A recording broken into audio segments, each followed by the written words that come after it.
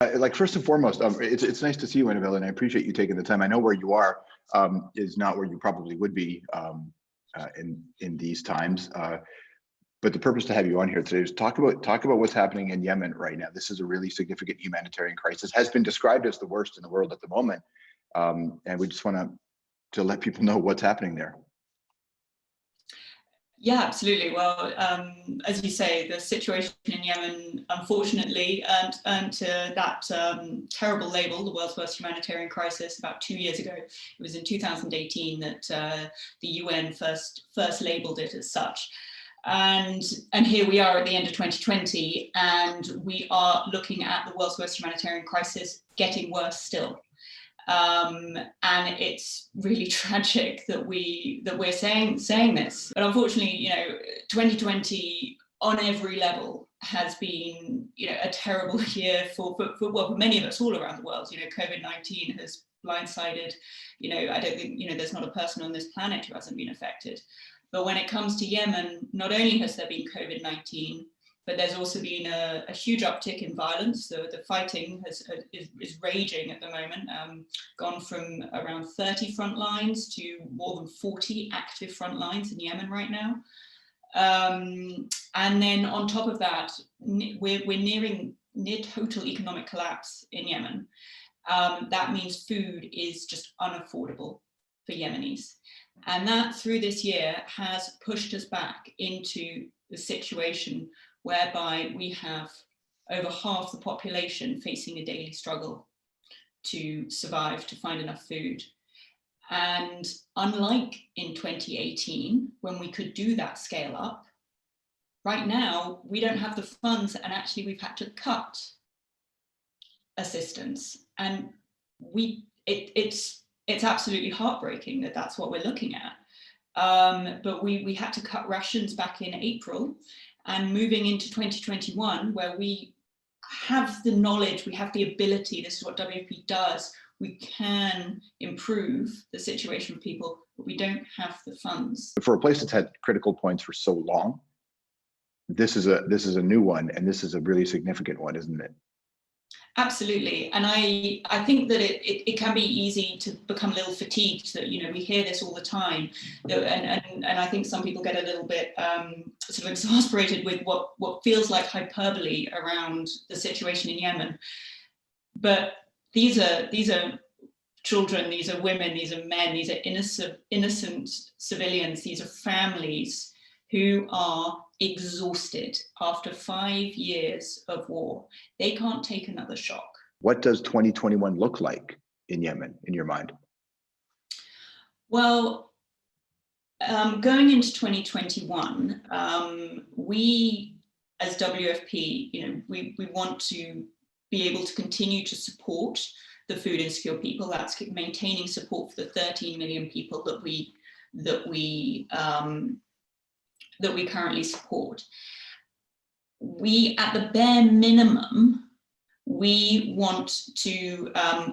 $1.9 billion in order to be able to maintain survival rations for that 13 million people. Now that unfortunately is actually only around 50% of an adult's daily needs.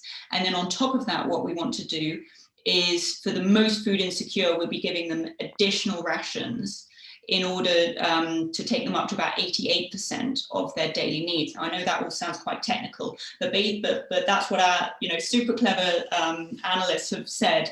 That is the bare minimum that we need in order to be able to prevent the situation from deteriorating further. Now, on top of that, it would also be the nutrition support that we provide to mums, that's pregnant women and breastfeeding women, and to kids under 5.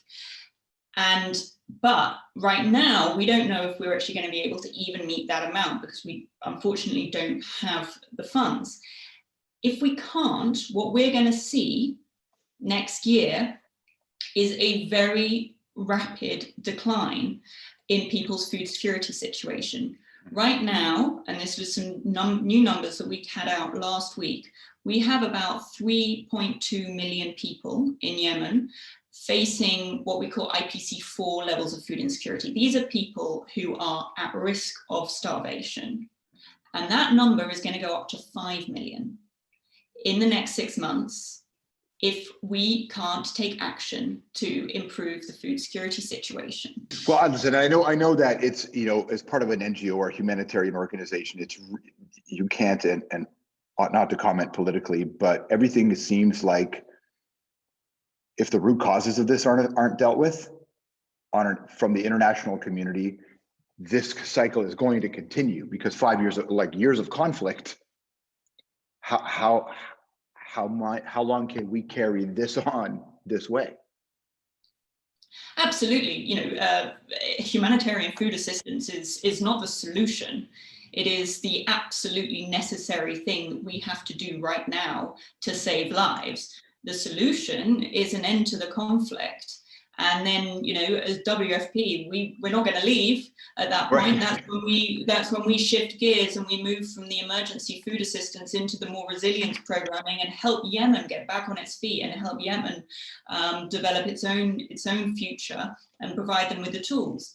And so what Yemen needs right now: enter the war. We need action to stabilize the economy, such as, you know, support for the central bank, because their international currency, their foreign currency reserves are near zero. And then we need the humanitarian assistance to save lives now, right now. So what are the WFP operations right now in Yemen? I know you're not there, you're here. So like there are reasons why you are where you are right now. What is happening on the ground right now in Yemen? So, despite COVID, WFP's operations do continue. Yes, I'm out, but the majority of my colleagues are still in country. We've just had to slightly, you know, rejig who works in and who works out. And anyway, the backbone of our response in Yemen are Yemeni.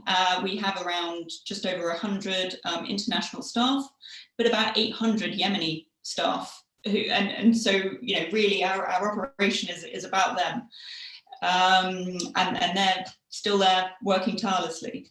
So the bulk of what we do in Yemen is the emergency food assistance, and so that is delivering basic rations to about 13 million people. And then within all of that, WFP actually also provides a huge amount of support to the other humanitarian organizations in Yemen. So we're kind of like the logistics backbone for much of the response in Yemen.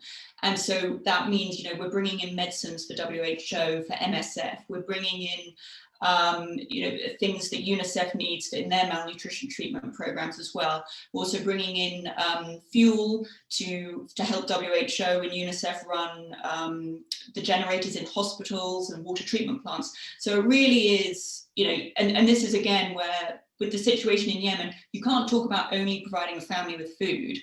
They actually need an entire kind of menu of support. You know, we need the support that WHO does on the health side needs to go hand in hand with the support that UNICEF is doing with a lot of the sanitation work, and then the stuff that, you know, WFP is doing with the food. You know, it really is about providing that full humanitarian response. Before we wrap this up, someone watching, what do they do? What do they need? How can somebody participate or help in any way?